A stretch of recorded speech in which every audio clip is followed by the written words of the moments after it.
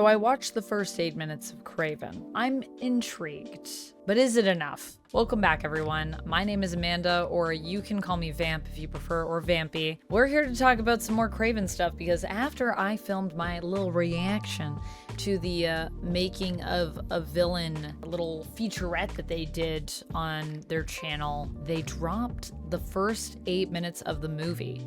I did watch it the other night. I just rewatched it before I pressed record on this video, and it is interesting. It's interesting. I have some questions about how some of this works in the first 8 minutes that we see here, so spoilers ahead if you haven't watched the first 8 minutes, or if you're avoiding it, if you want to save it for the movie experience. Totally get that, totally respect that. I will say there's some stuff in here that I quite enjoyed, that I liked, that I found intriguing. I like that Kraven, the film starts off with Kraven on this mission to take out this guy in a prison. He infiltrates it. I also feel like the fact that he's kind of undercover makes me wonder if he is working like even for his dad at this point, or if he's working perhaps even with his brother, who is obviously the chameleon in the comics. It does make me kind of intrigued to see where we're going. Sorry, when I get intrigued, sometimes I need to like readjust and sit up.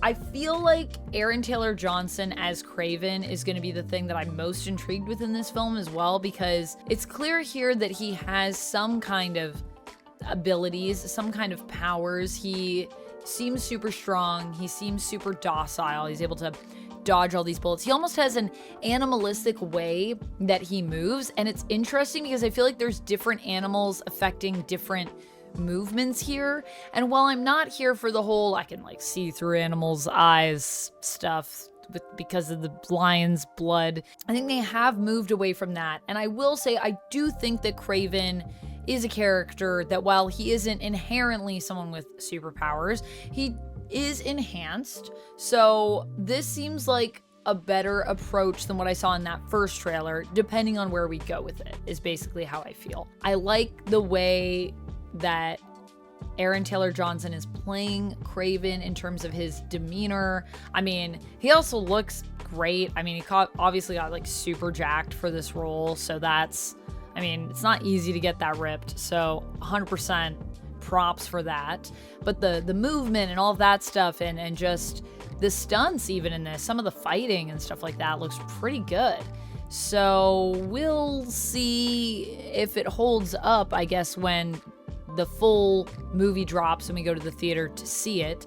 I will be going to the theater to see this one. As I said, if you haven't seen my reaction to the making of a villain featurette, I said in that, and I'll say it here, I'm not going to sit through this though. If there is a moment where I feel like I need to stand up and walk out, I'm not going to endure. I feel like I've endured enough at this point that if I do feel compelled, I may walk out of this film. So my review may be, well, I didn't finish it. I don't know. How can I accurately review something though if I walk out? I will say that. I don't even know if I'll do a review or if it'll just be like, well, my thoughts, not really a formal review of any kind. But there is stuff in here I'm intrigued by, but is it enough to make me want to go, wow, I need to see this movie like right now. Like I'm so excited for this movie. No. But it's also hard because there is baggage with this film, because we've had so many failed, in my opinion, failed projects that have come out of Sony. And I mean, Venom is not technically a failure in the sense that financially it has actually been quite successful for Sony. And even though Venom 2 and Venom 3 for me were not great films by any means, especially Venom 2, as you all know, I really don't like that movie. Or maybe you don't, maybe you're new. I really don't like Venom 2. If you like it, that's totally fine. By the way, welcome to my channel. We can like different things. We don't have to all like the same thing. If we did that, the world would not be a very interesting place. So I do encourage people to like what you like and know that I'm never personally trying to attack anybody's love of a property or a project or a film. I have friends that really love Venom, and that's great. That's makes it more enjoyable for me if I'm watching Venom with people that actually really love it. It makes me open up to some of the parts that I can see the potential in. So Kraven could be one of those projects for me. I mean, it could be a project where there's some stuff that I don't really love about it, but there is elements where I can see the potential. Now, how will this film stand in terms of it being just a Kraven movie with no Spider-Man? I know a lot of people are concerned about, like, can Kraven pull off his own movie? I do think you could do a Kraven movie and have it be really good. I mean, we just had a Penguin series for Batman, for the Batman, but in that universe, the Penguin just had his own show, a whole season, and it was one of the best pieces of television I may have ever seen. Definitely this year, possibly of all time. I really loved that show. If you haven't checked it out, I do have reviews here on the channel as well. If you wanted to hear my thoughts on the Penguin, I did review each episode. But if we can do that, I do think Kraven could have, you know, one film at least. I think there's enough there. I don't think you need Spider-Man per se, but you need a reason for me to be interested. You need a reason for me to be there. And I do think that because these villains, a lot of the time, some of their best stories are connected to heroes, it is weird to have them without. That being said, I think it's possible. You just have to supplement stuff, if that makes sense. So that's basically how I feel about the first 8 minutes. I also want to say, I know some people have been talking about this idea of like, oh yeah, it looks interesting. Like, I can't wait to watch it on streaming. And I will say, I don't say these things about movies either to discourage anyone from going to the theaters. Even when I say I don't think this is a film you need to go to the theater to see, which I'm not saying about this because I don't know, I haven't seen it yet, so I can't tell you until I see it. Maybe it'll be amazing. I'm not holding out a lot of hope, but at least the first 8 minutes looks pretty all right, I think. Looks pretty all right, I think. I think we should go to the theaters. I think you should try to get out every now and then if you can, if you feel comfortable. I know some people still don't feel comfortable going back to theaters.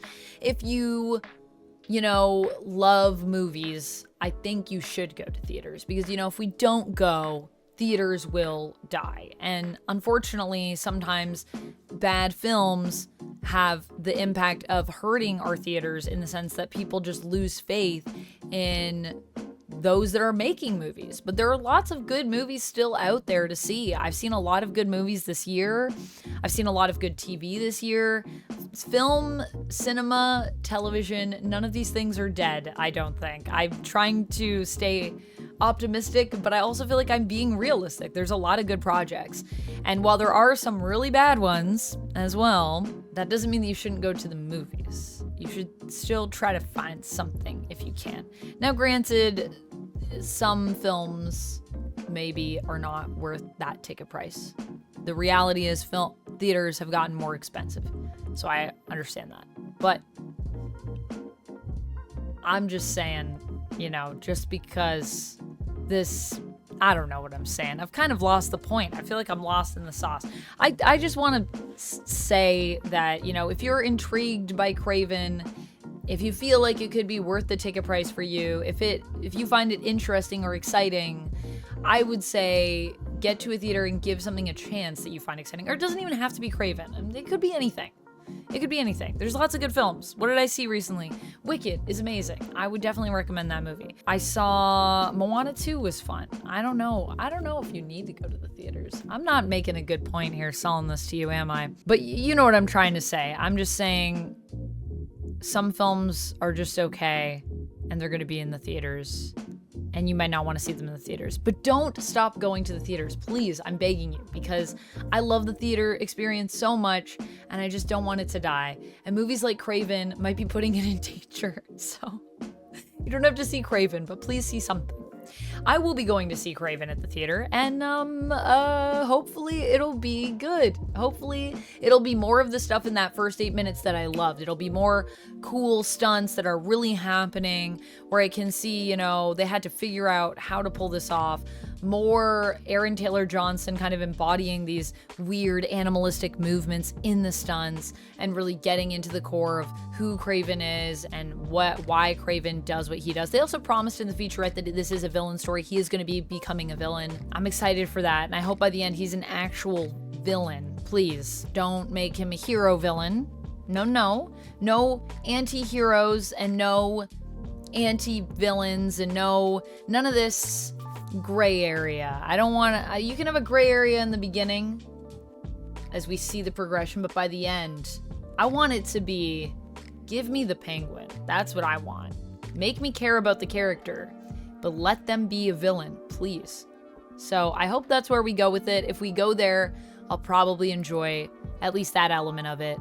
And I mean, Kraven is a really interesting character, so I think there's stuff you could do, especially with us playing with more of the family dynamic here, which I think is going to be interesting. Something that does get explored sometimes in Kraven stories, but maybe not quite in this way. So I think there's an opportunity to also bring something kind of fresh to the character, which I think is good with adaptation. I don't want everything to be so by the book.